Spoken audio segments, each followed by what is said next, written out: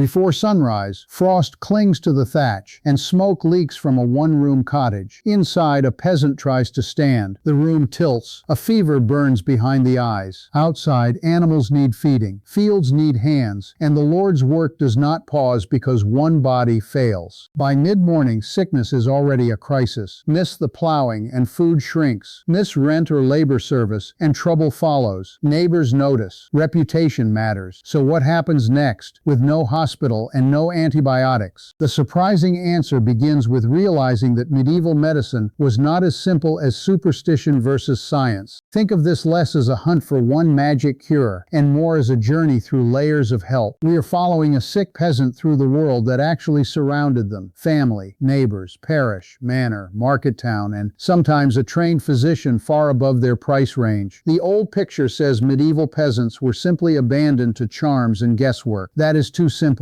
Some remedies were useless, some were dangerous. But care was not random. It had order. Start with what the household knew. Ask the village woman who had seen fevers before. Turn to prayer, confession, saints, and holy water. If money and distance allowed, seek learned medicine. What happened next depended on weather, wages, custom, disease, and luck. Before anyone called a healer or prayed over a saint's relic, the first treatment happened inside the peasant's own home. The first medicine was not bought, it was done. A wife, mother, sibling, or older child kept the sick person near the hearth, covered them with wool, and tried to make them drink. Warm ale, watered wine, thin broth if there was meat or grain to spare. Honey might be stirred into a drink for a cough or sore throat. Herbs remembered from older women, gardens, hedgerows, or monastery teaching could be steeped into infusions. If there was swelling, a hot cloth or poultice might be laid over it. If a wound had opened, it might be washed, wrapped, and watched for pus. The aim was practical. Cool what seemed too hot, warm what seemed too cold, draw out corruption, keep the body from failing. And sometimes, for a mild illness, that was enough. But sickness also stole labor. If the sick man could not cut wood, someone else had to. If the sick woman could not bake, milk, weed, brew, carry water, or tend children, the whole house bent around the empty space she left. That is why the household mattered so much. Care began with what was close, cheap, and inherited through experience. But when the fever did not break, the family had to decide who in the village knew more than they did. That person might be a midwife who had delivered half the village, or a bone setter who knew how to pull a joint back into place, or an older woman with a pouch of dried plants, a memory for fevers, and a reputation built one recovery at a time. Most peasants never saw a university-trained physician. Village medicine belonged to people nearby. Some of it was sensible. A bone setter could splint a fracture and keep it still. A healer might clean a wound, bind it, and change the dressing. Plants could be used to dull pain, loosen a cough, reduce swelling, purge the bowels, or soothe irritated skin. Not magic. Observation. If a leaf, root, or syrup seemed to help twice, people remembered. But experience had limits. Without germ theory, sickness was explained through imbalance, corrupted air, weather, diet, bad humors, and spiritual danger. So a treatment might mix a useful herb with a prayer, a charm, or words spoken over the body. To them, these did not feel separate. The physical and the holy belonged to the same world. That meant care could help, do nothing, or make things worse. Yet the most frightening illnesses were not the ones that hurt most at first, but the ones that quietly turned a small cut into a death sentence. A peasant could survive a broken rib, a deep bruise, even a nasty cut from a sickle, but infection changed the odds. A small wound did not stay small if dirt, cloth fibers, animal filth, or splinters were trapped inside it. The skin might redden, then swell, then turn hot and tight. Pus could gather under the surface. The smell could change. Fever followed, with shaking, thirst, confusion, and weakness so severe the person could no longer rise from the straw mattress. This could start anywhere: a bite from a pig, a burn from the hearth, a blister opened by harvest work, a childbirth tear, a battlefield wound carried home under a dirty bandage. People were not helpless. They washed wounds, they changed dressings, they used wine, vinegar, honey, grease, herbs, and clean linen when they had it. Some healers opened swollen places to let fluid drain. Honey could slow some bacteria. Alcohol and vinegar could help clean the surface, but they did not know what bacteria were. That was the trap. They treated what they could see: heat, swelling, stink, pain. The real enemy was multiplying beneath the skin, beyond sight, beyond prayer, beyond any reliable control. And when When the body's danger seemed beyond human hands, the sickbed often became a spiritual battleground. So the family did not choose between medicine and faith, they used both. A fever might be treated with rest, broth, herbs, and a cooling cloth. At the same time, someone might send for the priest, not because they had given up, but because sickness had meaning. It could be blamed on bad air, spoiled food, overwork, grief, imbalance in the body, sin, or a test allowed by God. Those explanations could sit side by side. The priest might hear confession, give a blessing, sprinkle holy water, or lead prayers at the bedside. The family might promise a candle, a coin, or a small offering to a local shrine if the sick person recovered. They might pray to a saint known for healing. If the person grew stronger, a pilgrimage could follow later, even if it was only to a nearby church with a relic. This mattered because medieval illness was terrifyingly uncertain. Many diseases had no dependable cure. The church gave people actions to take when action was running out. It offered words, ritual, witnesses, and hope. And if the illness worsened, it offered preparation for death. Confession cleaned the soul. Last prayers gathered the household. The sickbed became a place where medicine, fear, family duty, and salvation met. But faith was not only at the bedside. Sometimes the nearest organized healthcare was behind monastery walls. Behind monastery walls, help could look surprisingly practical. A sick peasant might find a bed, warm food, clean water, and someone whose duty was to care for the weak. Many monasteries kept herb gardens. Some had infirmaries. Larger religious houses and medieval hospitals could shelter travelers, the elderly, the poor, pregnant women, or the dying. But the word hospital can mislead us. Most were not places where a doctor rushed in with a treatment plan. They were houses of charity. They offered care, not modern cure. A monk or nun might wash a wound, change bedding, give broth, prepare herbs, and pray. That mattered. Rest and cleanliness could save a life. Still, there were limits. A rural laborer with a deep infection, a crushing injury, or a fast fever could not expect advanced treatment. Resources were thin. Beds were few. The mission was shaped by Christian duty. Feed the hungry, shelter the stranger, comfort the sick, prepare the soul. Access was another problem. The nearest great hospital might be many miles away. If you could not stand, you probably could not travel. So the local parish priest, a small religious house, or your own household remained the first line of help. And if the family had money, status, or a desperate enough need, there was one more option: the learned physician. The learned physician was real. By the later Middle Ages, universities in places like Bologna, Paris, and Oxford trained men in medicine. They read ancient authorities, debated causes of disease, and learned a system that tried to make sense of the whole body. But for most peasants, this man lived in another world. He was usually in a town. He charged fees. He might serve bishops, nobles, wealthy merchants, or monasteries. Calling him to a village meant distance, payment, and status. A poor tenant with a fever was far more likely to see family, neighbors, a priest, or a local healer first. If a physician did examine you, he did not look for germs. He looked for imbalance. Medieval learned medicine often worked through the four humors: blood, phlegm, yellow bile, and black bile. The physician might feel your pulse, inspect your urine in a glass flask, study your complexion, ask what you ate, note the season, and consider your habits.